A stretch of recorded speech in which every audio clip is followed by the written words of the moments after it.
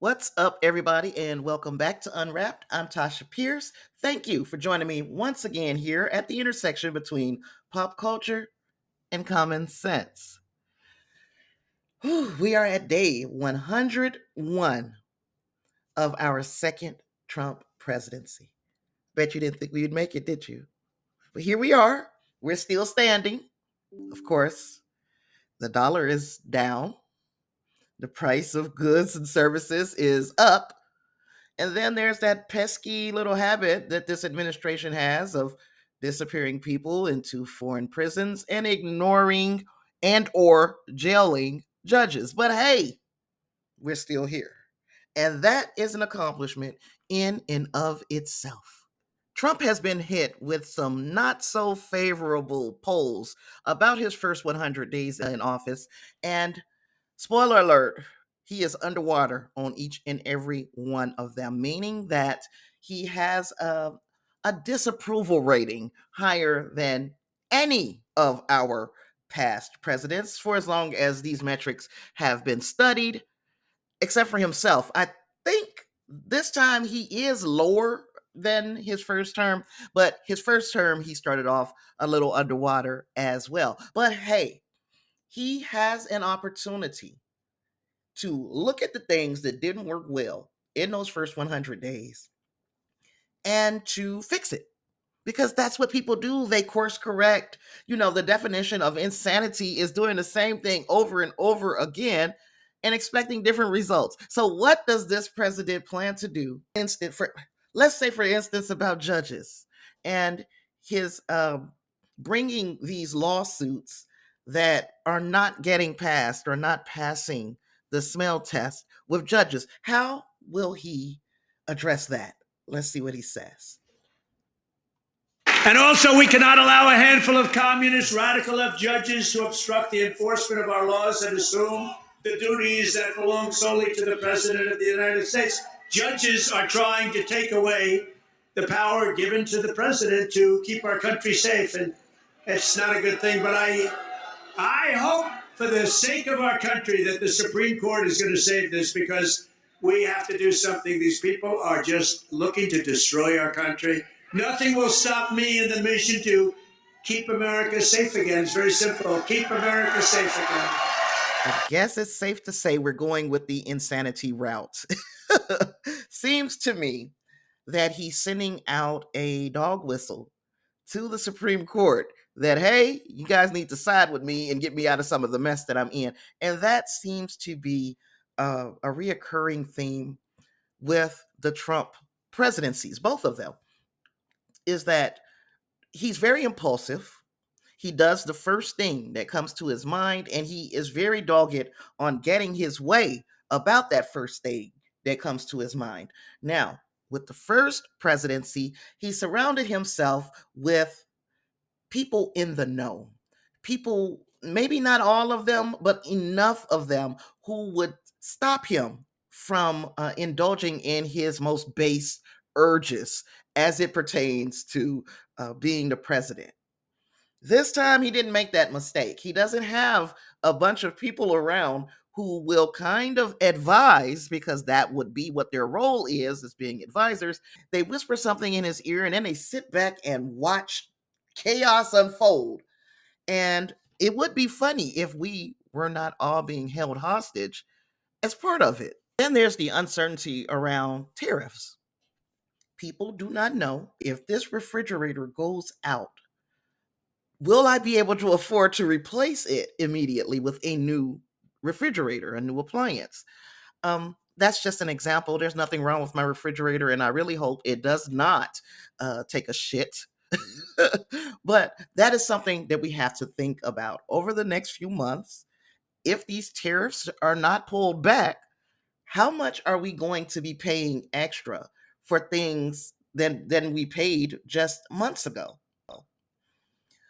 At least we have the promise of some jobs coming back to the United States. Now, of course, to bring some back, we have to lose some. So UPS has announced today that they're doing massive job cuts with, I think, something to up to 20,000 people are expected to be laid off from UPS. It's too bad, so sad, because Howard Lunatic says, I mean, did I say lunatic? Howard Lutnick, who is like our commerce secretary, he says that nothing to fear. Manufacturing jobs are coming back to the United States. So let's see how he sees that playing out. Key is, where are you going to find the people to work here? Right? You're north of Phoenix. Where are they coming?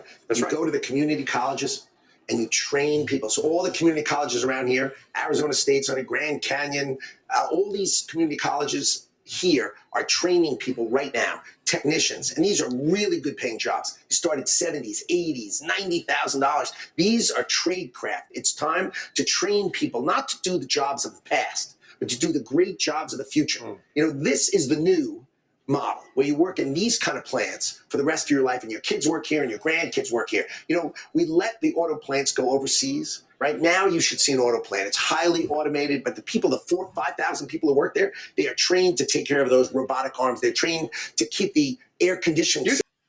Wait a minute, Howard. These jobs of the future sound an awful lot like the jobs of the past. Now, many of us are old enough to remember that parents like my dad worked at the steel mill for 30 plus years. He retired and was able to live out his retirement. And one of the things that, of course, every parent wants is for their child to do better than them. There are people whose parents worked right alongside my dad out at the mill, and now they're doctors, now they're lawyers, now they are writers, they're athletes being paid for their passion. All of these people are doing jobs that don't break down their bodies. It allows them to work on a more professional level.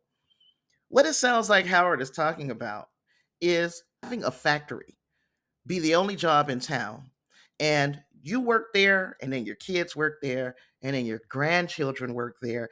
That sounds like a trap. That almost sounds like indentured servitude to me.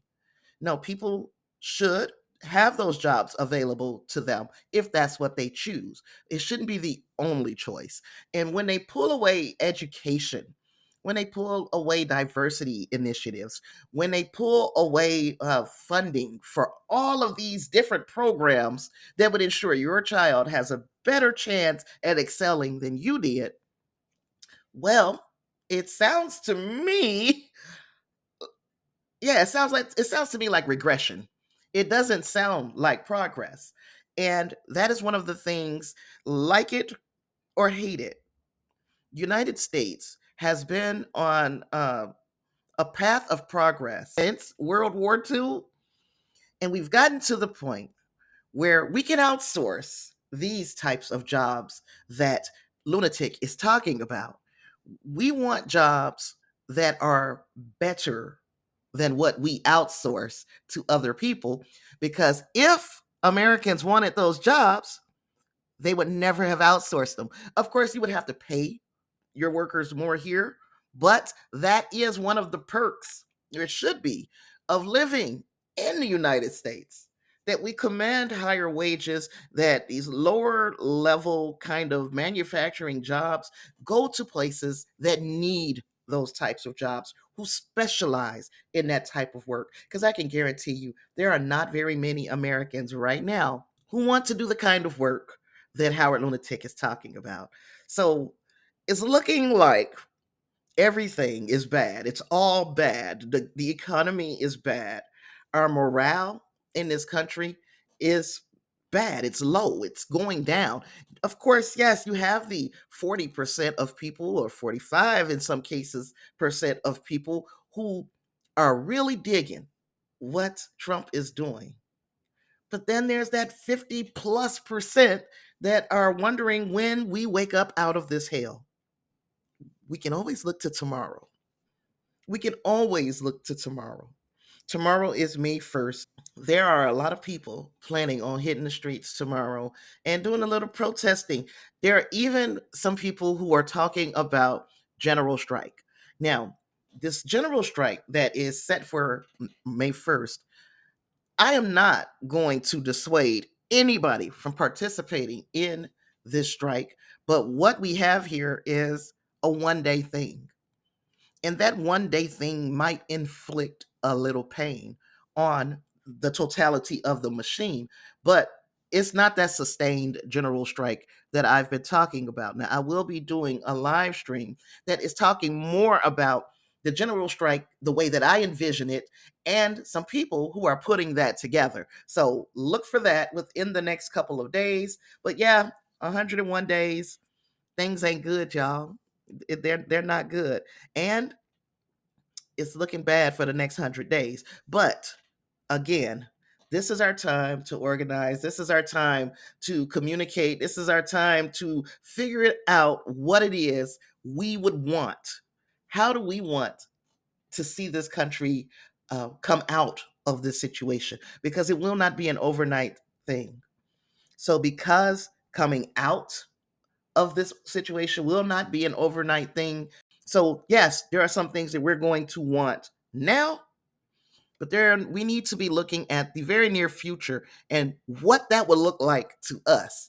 Do we want Howard Lutnick's version of America? Do we want tariffs? Do we want higher prices on everything? Do we want to have a existential crisis every time we think something is going to break, because that means we'd have to replace it, and some of our savings is not about to cover more than one emergency at a time? So if that refrigerator that I was talking about, there's nothing was wrong with, so refrigerator do not go out. But if that refrigerator did just quit, do you know how bad it would set us back as a family if we have to buy a new refrigerator? My family would be set back. I don't know how your family is structured, what your threshold for pain. Because remember, they said it was going to be some pain. I didn't know it was going to hurt this bad. I honestly did not expect for this 100 days to be this ridiculous. But here we are. So you tell me, what do you think of our president's first 100 days? Did he knock it out the park for you? Does there things that you think that he could work on that would make his second 100 days better? Write those down in the comments, and while you're there, make sure you hit the subscribe button. I'm trying to get to 2,500 subscribers, and maybe you can help by hitting subscribe and sharing this video with a friend. Also, if you're so inclined, please hit that join button or go over to patreon.com/Tasha Pierce and support the show financially, because every little bit helps to keep me making videos. All right, y'all. So I dropped knowledge about the 100 days. I did not spill tea because I do not spill tea. You deserve so much more than just tea. So get your tea somewhere else. I'm over here with the knowledge. I'll see you in the next one. Peace. Every click, every share, y'all make us fly. Together we shine brighter than the sky. From shout outs to comments, we see every word. Y'all the reason Tasha's voice gets heard. Subscribers growing, lighten up the day. With your support, we'll never fade away. Thank you, UnWrapped family. Keep us strong, keep us strong. Your love and your faith help us move along, help us move along. Every click, every share, y'all make us fly, y'all make us fly. Together we shine brighter than the sky, brighter than the sky. Roll call for the peeps who keep it alive. Patron super chats all here on the drive. Tasha got the mic, but you fuel the vibe. This channel's a party and y'all keep it live. Monthly supporters, give y'all a cheer. Live stream energy, you bring the gear. Every episode's magic, cause of y'all's touch.